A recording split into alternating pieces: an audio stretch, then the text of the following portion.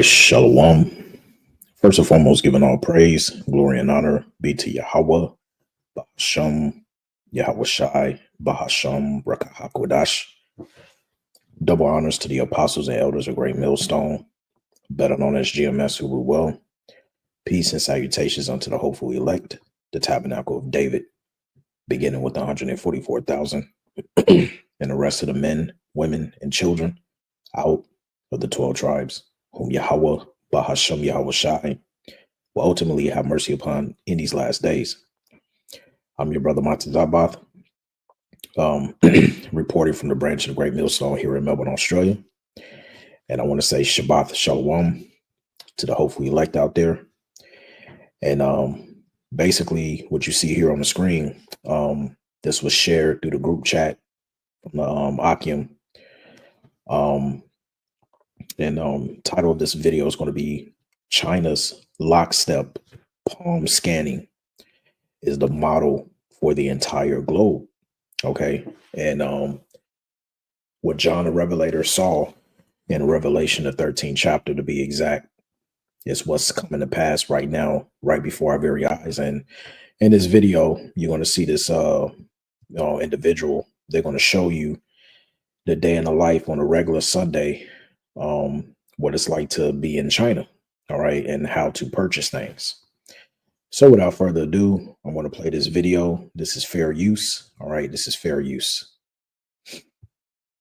Today I'm going to show you a typical Sunday morning as an American living with his family in Shenzhen, China.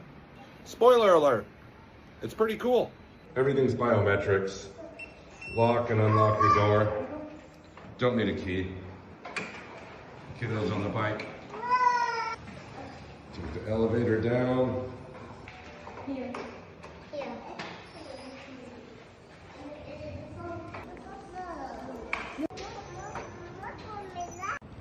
Right, our apartment's up there, and right below there's a 24/7 convenience store. But check this out inside. You're gonna get a milk. The good thing about China is you don't need a wallet. You don't even need your phone. You can just pay with your hand. More government control, but how are you gonna hack biometrics? All right. Did you hear what he just said? Let's take that back a little bit. Let's play that one more time. Inside. You're gonna get a milk. The good thing about China is you don't need a wallet. You don't even need your phone. You can just pay with your hand. More government control, but how are you gonna hack biometrics?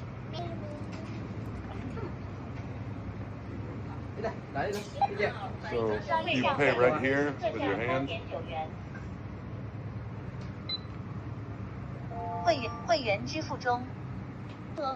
Voila. Outside. And so basically, as he said, more government control, but how you going to hack your biometrics. And see, this is what the apostles on down from the elder bishops up in Connecticut, as well as the beloved elders of Great Millstone mainly, okay, and the rest of our affiliates that teach the likewise sound doctrine. They all been telling you, including myself, eventually they're going to spin it by saying you will have to get this implant within your hand, because as he stated, how can you hack biometrics? See, it's all fun and games. You know, you going out every week using your tap, your Apple Pay, your Google Pay off your phone. You know, you going to the movies, you know, you open up your Apple Wallet to scan the barcode to the tickets, whatever the case may be. All of that is going to be in this little device that will eventually be implanted with underneath the skin. And we told you. Now, what's interesting, because he is an American, okay, aka a Babylonian living abroad in China, you know, with his wife and his daughter. And when I saw this video shared by the brethren, I immediately thought of the actual, let me see if I can pull it up, video with Klaus Schwab, right? And take this off. Let me add this in. All right. So I want to play this clip. This is fair use, fair use. And listen to what Klaus Schwab said. Now, this was about almost 3 years ago, because this ties right in to the video, okay, of that Edomite speaking about, even though it's more government control, but who can hack your biometric system. Keep in mind, this is all based in China. Now, listen to what Klaus Schwab said about the system that China used. And this was about, again, 2 to 3 years ago. Let's go. Oh, the base has been formed, but we have to go one step further. We have to have a strategic mood. We have to construct the world of tomorrow. It's a systemic transformation of the world.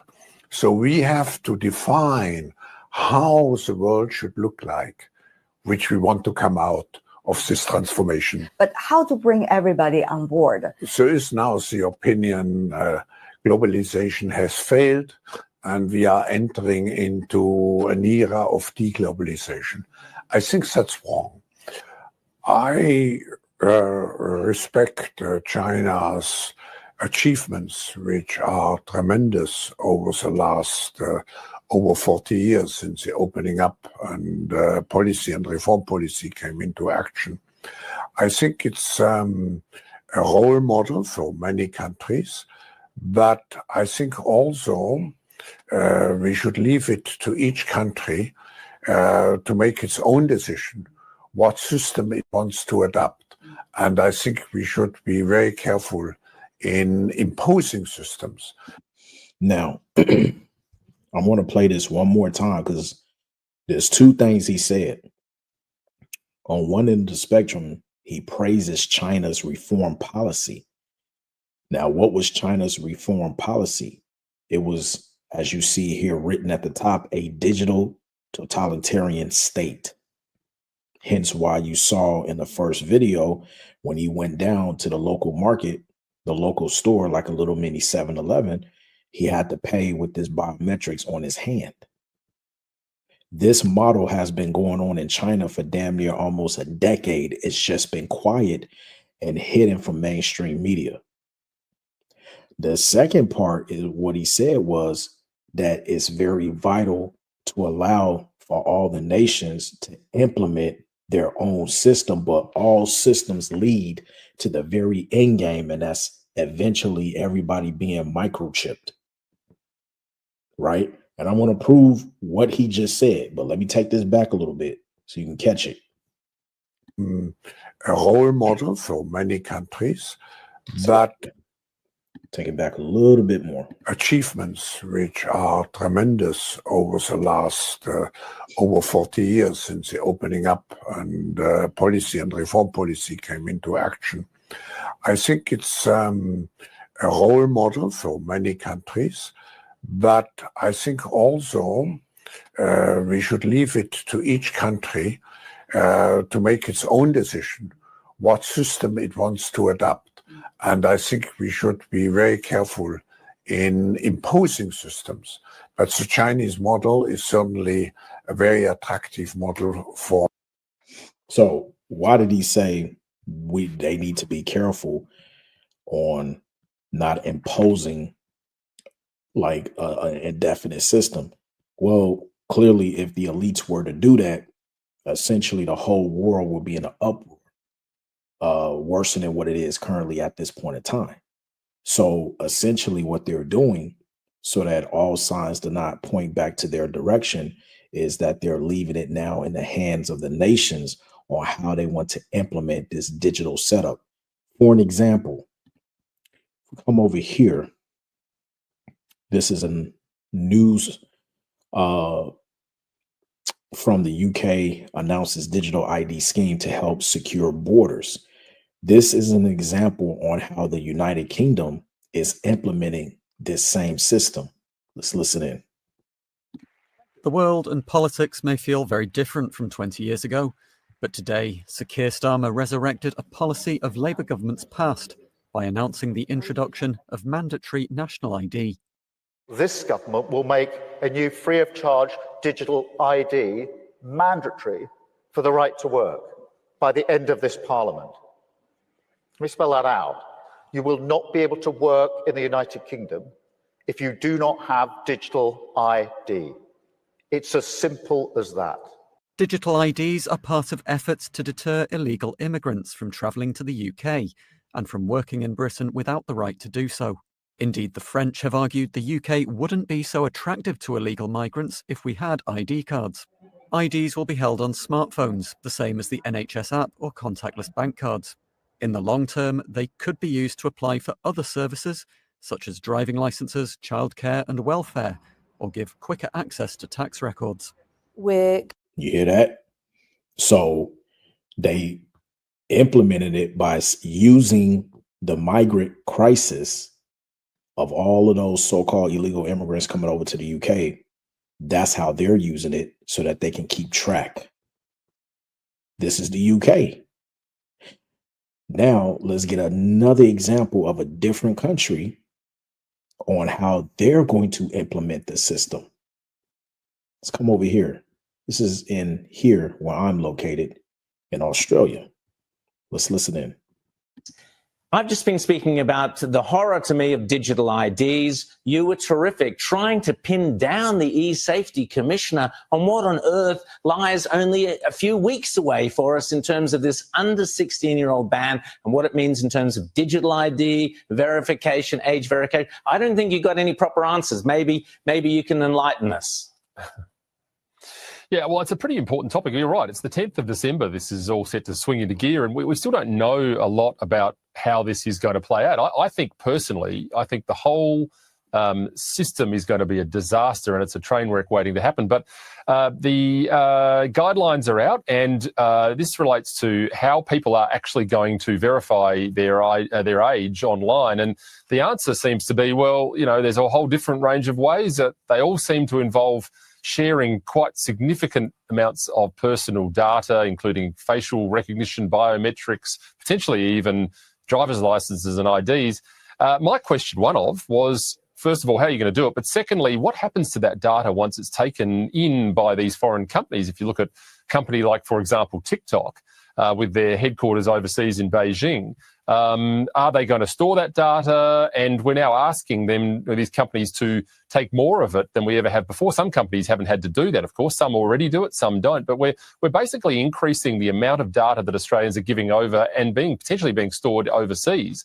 I mean, look, I think there are so many questions still to be asked about this system that it is just I don't know how the government are going to roll this out in a short amount of time. It's less than 2 months now, I think. So, look, I think this has got more questions than answers at the moment, and we'll just wait and see what happens. Yeah, well, they're rolling it out quickly because let's get into some scriptures. Okay, if we can. But remember, this is we'll get Revelation 12 and 12. We'll start off there real quick. Okay, this is Revelation chapter 12 and verse 12. It says, "Therefore rejoice, ye heavens, and ye that dwell in them. Woe to the inhabitants of the earth and of the sea, for the devil," speaking of Esau, Edom, "is come down unto you, having great wrath, because he knoweth that he hath but a short time." And see, this is the reason why they're now rushing, because he set the bounds in which they cannot pass. Let's get that as well. That's in Job. This is Job chapter 14 and verse 5. It says, "Seeing his days are determined," speaking of the Edomites, "the number of his months are with thee. Thou hast appointed his bounds that he cannot pass." You see that? So every kingdom, okay, that has ruled up until this very point, all has come to an end. And so these devils know that their time is short and that they have to, chop away and make this happen. Now, the scripture says in Habakkuk, the 2nd chapter, verse 3, it says, "For the vision is yet for an appointed time, but at the end it shall speak and not lie. Though it tarry, wait for it, because it will surely come. It will not tarry." And it's not tarrying anymore. It's here right in front of our faces. Okay, we've told you time and time again that this was going to come to pass. And like Klaus Schwab said, that China is the role model for the rest of the world. Hence why I entitled the lesson, China's Lockstep palm scanning is the model for the entire globe. You see, back at Habakkuk 2 and 4 says, behold, his soul, which is lifted up, is not upright in him, but the just shall live by his faith. And Abarak we are those men.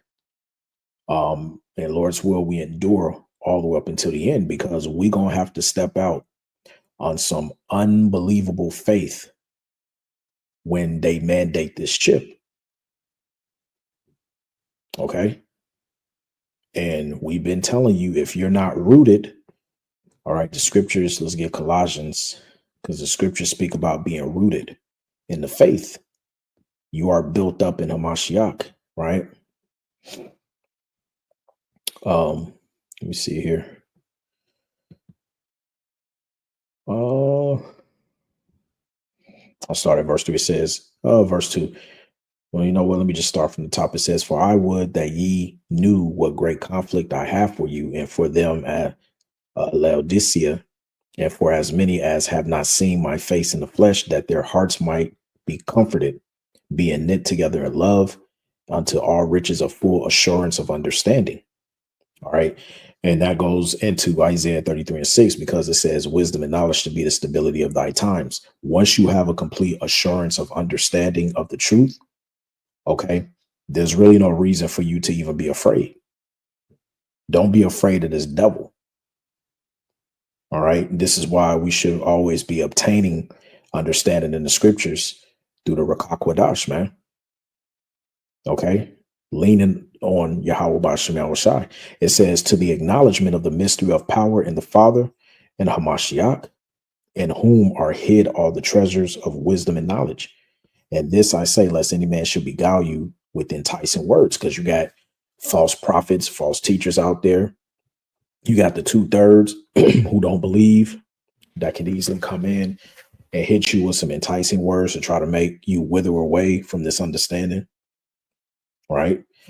For though I be absent in the flesh, yet am I with you in spirit, joining and beholding your order in the steadfastness of your faith in Hamashiach. As ye have therefore received Hamashiach Yahushua, so walk ye in him. But here's the point.